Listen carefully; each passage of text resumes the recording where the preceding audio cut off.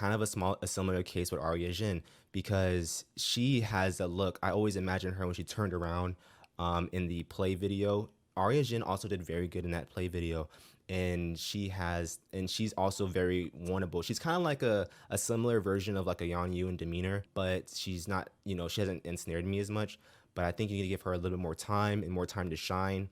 Again, she needs teammates like a Shaking to give her some spots to be bright and to shine amongst her counterparts. You know how, because Shaking gave Vicky Wade that center role. She needs something like that to kind of spark her, I believe. Passion. What's going on, everybody? It's your boy Dontavius, and I hope the vibes are good wherever you are, wherever country you're in. It's really cool that people from all over check in on my videos. That's really dope. Definitely feel the love and support. Today, we're going to talk about Aria Jin. Now, when I first started watching Youth With You, I was always thinking about who would the dark horse be, in this show. And at first, I was thinking it'll be Yu Yan, and then I was like, well, she actually doesn't ever disappoint. She always has good praise from the mentors, and then she always has good praise from live voting, and she always puts on dynamic performances. Yu Yan does, but the same cannot be said for Aria Jin in terms of the very beginning, and because of that, you wouldn't really notice her sudden explosion into relevancy like we see her today.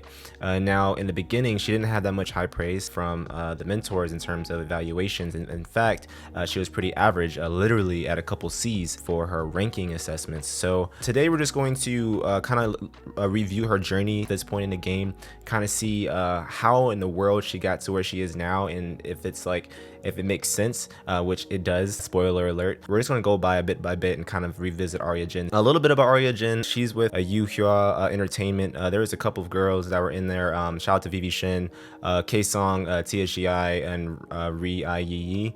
Those girls were in, or they're still in Yu Hua Entertainment. Good talent there. Aria's real name is Jin Zihan, but I'll call her Aria just to make things a little simpler. And she is an Aquarius, which is like me, so I guess we're kind of the same, in terms of that.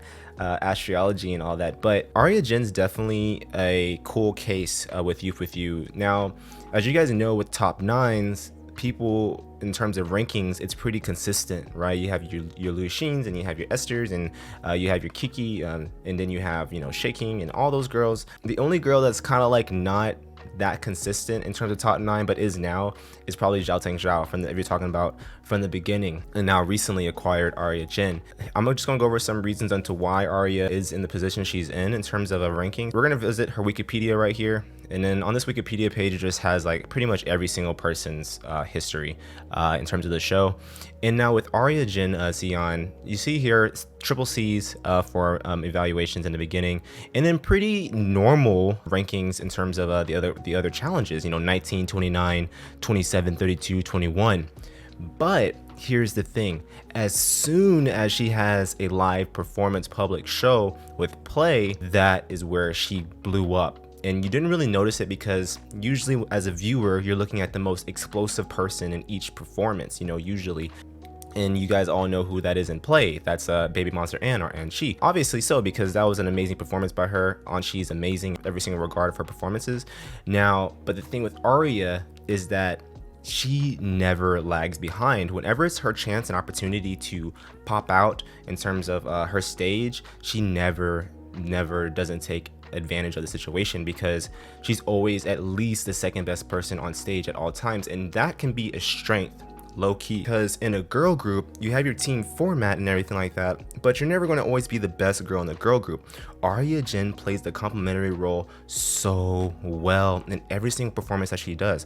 Now with play, and we'll go and look at the rankings for play, she was ranked 2 within the group but 5 overall, and if you think about it, that's better than a lot of the top tier girls. So you have Hong She or Snow Kong, and then you have Shangwon down here. It's just like, these are really good girls that Aria beat in play performance. Now, granted, if you look at the left here with the play, pretty much all the girls in play rank really high, and that's because Play was a very strong performance. Now, Aria's rise in terms of being a dark horse has a lot to do with the strength of her performances that she was able to be a part of. So unlike a Marco Lin, where when you're doing like sweet performances, Jin Zihan has the opportunity to be a part of explosive performances, and she takes advantage of every single time she has a spotlight on her. And what we love most about Aria is when she's on camera, her eye contact is so beautiful. It's sweet, it's subtle, but she's strong and powerful in her movements and everything like that. Like, her stage is very strong.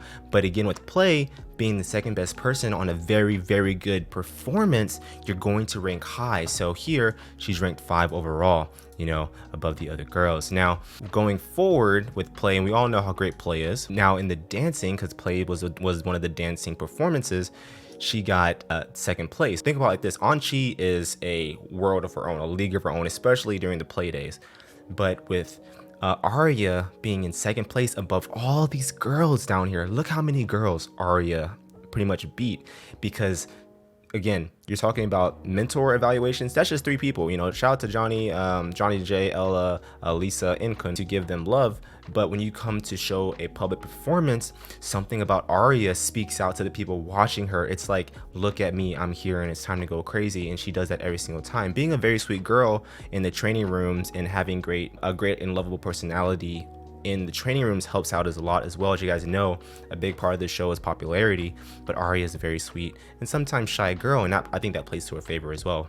Going to Mama, now Mama is very interesting because Mama wasn't the best performance in terms of voting aspect, but even on Mama, Shaking had 96 votes, whereas Aria Jin had 91. That's only 5 behind Shaking. That's crazy. Shaking is a top tier girl. She is top tier in terms of top 9. Granted, with recent votes, you know, that's kind of different now, but still a very, if not some of the best girls, Shaking is top of the class.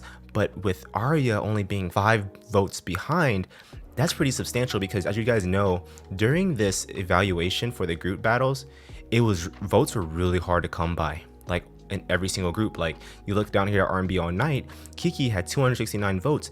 That's leagues and leagues above all the other girls here. But for Aria to have only 4 or 5 votes behind Shaking, that's pretty good. And again, I was looking at the focus cam for Aria. Yeah, she has like her look. She looks so wild, but she's like in control, and it's like it's colorful, it's beautiful, it's vibrant. Like, when you look at it, it's hard to like not look away. And I'll make sure I have some of the focus cam playing, but she's awesome on stage. With only being 5 points behind Shaking, that puts you in a pretty good position in terms of overall, because as you guys know, second and third place got 30,000 points, and you know, Louis Shin's group, they have a whole bunch more points. But if you look at the group battle here, with Louis Shin pretty much being the best of her team at the top here, you go 5 down. You know, shout out to these girls that were a part of the Wanna See You group. But then you go to Kiki, Anchi, Yuyan, Esther, Shaking, and then you have Aria. It helps a lot to be a very good performer, even if you're not the best performer on stage. Aria is usually the second best girl, but she is very good as a second best girl on stage. It works to her favor. Not to say she can't be the best girl on stage. I'm sure she has it in her, but she plays the complimentary piece so well. And shout out to Aria for playing. If this is a game, it is a game. It's a competition, but Aria plays it to her strengths, and she's very good. And she's a lovable girl for the other girls. Now, if you're going down to EDM with non-daily revelry, that's where things get a little interesting, because as you guys, a lot of people didn't like EDM, non-daily revelry, the carnival dynamic or whatever, like, because it wasn't a typical song where to be judged on performance. You know what I mean? It's more like a fun, jubilant song. Everyone's having a good time. Everyone's on equal footing. If you watch my reaction, which they took it down or whatever, but that's whatever. In my reaction, I was pretty much saying how every single girl does very well together all the time. You know, Snow Kong was the center of that performance, but it wasn't like she was obliterating her teammates like sometimes like Anchi does, not on purpose of course, or Kiki, or even a Louis Shin. Like, they're just so good where you can't look at the other girls. In this Snow Kong center-led EDM performance, every single girl was on equal level. And again, you had girls like shaking on the team, Xiao Xiao and Esther, right? It's just, there's just so many good girls on that team. It wasn't going to get that many votes to begin with. And as you guys know, Louis Xin had 183 votes, and she deserved it because she was the best girl on stage, from Purple Lion. But with EDM for Non-Daily Reverie, Aria only had 21 votes, but there's nothing wrong with that at all. I think that she had her moments in Non-Daily Reverie, but I think her moments from previous performances, her leading up to Non-Daily Reverie, the screen time, everything else played in her favor in getting fan votes, because at the end of the day, that is what is most important, and Aria knows that, and she does it very well, even if it's not on purpose, again, because Aria is just a sweet girl at heart. She competed for the lead dancing role, which Kiki got it. Aria didn't get it, but did Kiki really get that much screen time in Non-Daily Reverie because of that? You know what I mean? She was the lead dancer, but could you really tell? I think the performance and the choreography for that performance was good, but it wasn't meant for like a competition format. Neither was Knock Knock, in my opinion. You know, shout out to Marco Lin again, Lin Fan. If you look here on the theme ranking assessments, these just fall into like the best girls that were on the team. So if you only have 5, right, you only have 5 girls out of the best. So that's Lui Xin, Yu Yan, Anqi, Shangguan Xiai, Diamond, Sharon, Joy Shin. Now those girls are all in Purple Lion, but then you go to Esther, Kiki, Lu Kardon or Kelu, Kong Sha'ar or Snow Kong, and then Shaking, but then you have Aria right there. You know what I mean? Even though she wasn't the best girl on that EDM team, Yu Shushin or Esther and Kong Sha'ar, they're more popular in terms of fan votes.